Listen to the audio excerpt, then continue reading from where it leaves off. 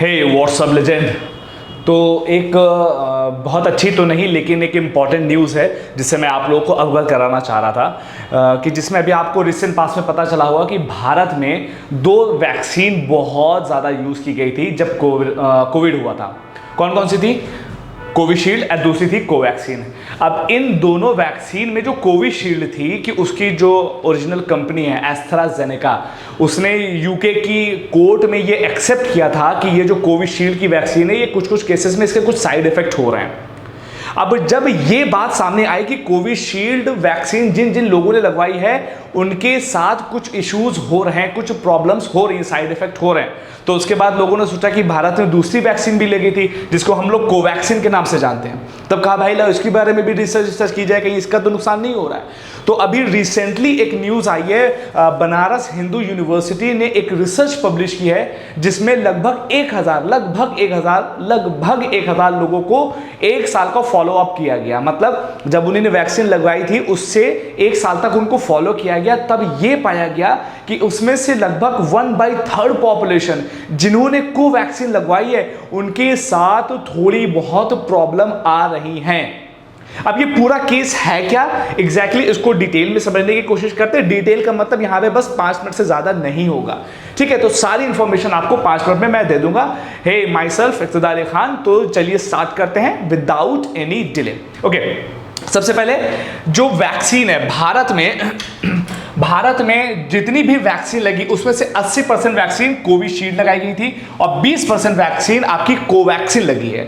अब जो कोविशील्ड है उसको इंडिया के एक इंस्टीट्यूट है, सीरम इंस्टीट्यूट ऑफ इंडिया, लेकिन इसकी जो पेरेंट कंपनी है एस्ट्राजेनेका वो यूके बेस्ड कंपनी है, लेकिन इंडिया में मैन्युफैक्चर कौन कर रहा है? Serum institute of India Covishield को। और कोवैक्सीन को किसने बनाया है? वो बनाया है भारत बायोटेक ने। और जिन जिन लोगों ने भारत बायोटेक वाली कोवैक्सीन यूज की है उसमें से 2 कैटेगरी के लोगों के ऊपर इसका ज्यादा खतरा है। और वो 2 कैटेगरी कौन सी हैं? वो है फीमेल एडोलसेंट और ऐसे लोग जिनकी एलर्जी से कुछ हिस्ट्री रही है।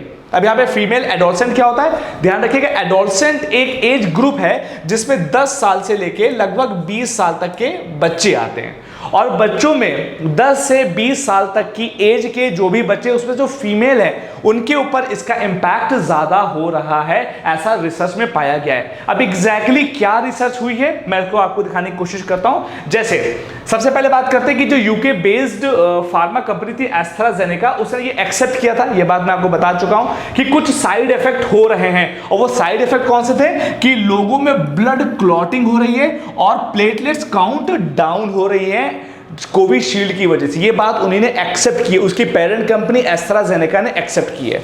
अब उसके बाद लेकिन अब भारत बायोटेक की जो कोवैक्सीन है उसके बारे में क्या इशू है? भारत बायोटेक की जो कोवैक्सीन है उसने ये एक्सेप्ट किया है कि कुछ adverse event of specialised interest AESI देखने को मिले हैं। इसलिए ने भारत बायोटेक की जो कोवैक्सीन है उसके ऊपर जब BHU ने अपनी रिसर्च को किया तब पाया कि उसमें कुछ adverse event of specialised interest पाए गए हैं।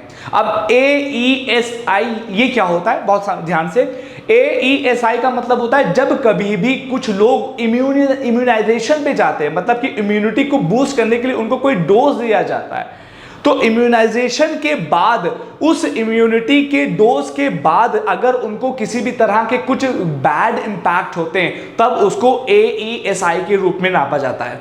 तो अगर इम्यूनिटी के लिए जैसे कि कोरोना आया था तो कोरोना में हमने क्या किया था? अपनी इम्यूनिटी को स्ट्रेंथ करने के लिए हमने एक वैक्सीन लगवाई थी। अब जो वैक्सीन लगवाने के बाद आपको कौन से बैड इंपैक्ट हो रहे हैं, बैड प्रॉब्लम्स हो रही हैं, उसको कैसे नापा जाता है? वो AESI के तहत नापा जाता है। अब इसमें AESI जो है ये 2 तरह का हो सकता है। कभी कभी ये माइल्ड होता है और कभी कभी ये सीवियर होता है। माइल्ड का मतलब क्या है? बहुत ज्यादा प्रॉब्लम नहीं है, थोड़ा बहुत हुआ है लेकिन ठीक हो जाएगा। सीवियर का मतलब ये है कि अगर हो गया तो आपको बहुत ज्यादा प्रॉब्लम नोटिस करने को मिल सकती है।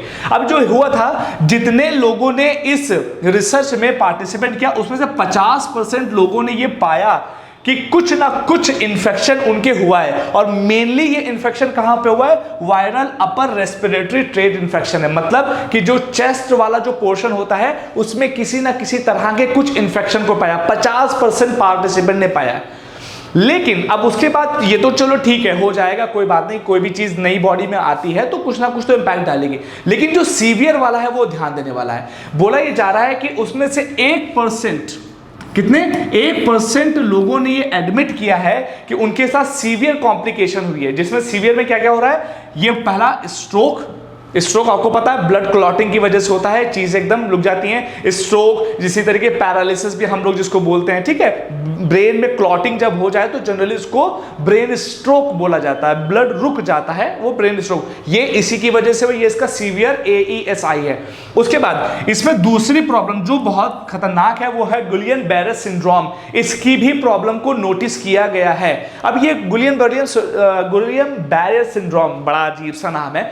ये करता क्या है, ये आपके पेरिफेरल नर्वस सिस्टम पर अटैक करता है। अब ये पेरिफेरल नर्वस सिस्टम क्या होता है, आपको पता होगा कि आपकी बॉडी में एक नर्वस सिस्टम होता है जो दो चीजों से मिलकर बनता है। एक होता है पेरिफेरल नर्वस सिस्टम और एक होता है सेंट्रल नर्वस सिस्टम। जब इन दोनों को मिला देते हैं तो टोटल को हम लोग क्या बोलते हैं, नर्वस सिस्टम। ये किसके ऊपर काम करता है, पेरिफेरल नर्वस सिस्टम के ऊपर काम करता है। अब ये पेरिफेरल नर्वस सिस्टम कहां पर एग्जिस्ट करता है, ये ब्रेन और स्पाइनल कॉर्ड के बियॉन्ड, मतलब कि ब्रेन और स्पाइनल कॉर्ड में कौन सा नर्वस सिस्टम होगा, वहां पे CNS होता है, सेंट्रल नर्वस सिस्टम। और इसके अलावा जहां जहां पर भी नर्वस सिस्टम पाया जा रहा है उसको हम लोग पेरिफेरल नर्वस सिस्टम बोलते हैं। अब होता क्या है, पेरिफेरल नर्वस सिस्टम का काम क्या होता है कि वो जो आपके ऑर्गन होते हैं उनको सेंट्रल नर्वस सिस्टम से जोड़ने का काम करता है। लेकिन ये जो वैक्सीन है ये इसी के ऊपर आके अटैक कर देगी, पेरिफेरल नर्वस सिस्टम के ऊपर ही आके अटैक कर देगी। तो आपके जो ऑर्गन होंगे उनका सेंट्रल नर्वस सिस्टम के साथ कनेक्शन बन नहीं पाएगा और आप कहीं ना कहीं प्रॉब्लम को बहुत ज्यादा फेस करेंगे। तो this is all about the video और टुडेज टॉपिक। बस यहां पे एक चीज ध्यान रखिएगा, अगर आपने कोई भी वैक्सीन लिए घबराने की ज्यादा जरूरत नहीं है। कोई भी चीज आती है तो उसका इंपैक्ट होता है, बट थोड़ा सा अवेयर रहिए। अगर आपको लगता है इसके बारे में आप किसी डॉक्टर से सलाह ले सकते हैं तो जरूर लीजिए, बट ये सेफ रहिए, हेल्दी लाइफ स्टाइल को फॉलो करिए। इसका इंपैक्ट धीरे धीरे अगर कुछ गलत हुआ भी है तो वो कहीं ना कहीं खत्म भी हो जाएगा। Think once, stay obsessed and खोखली बातें नहीं। Thank you so much.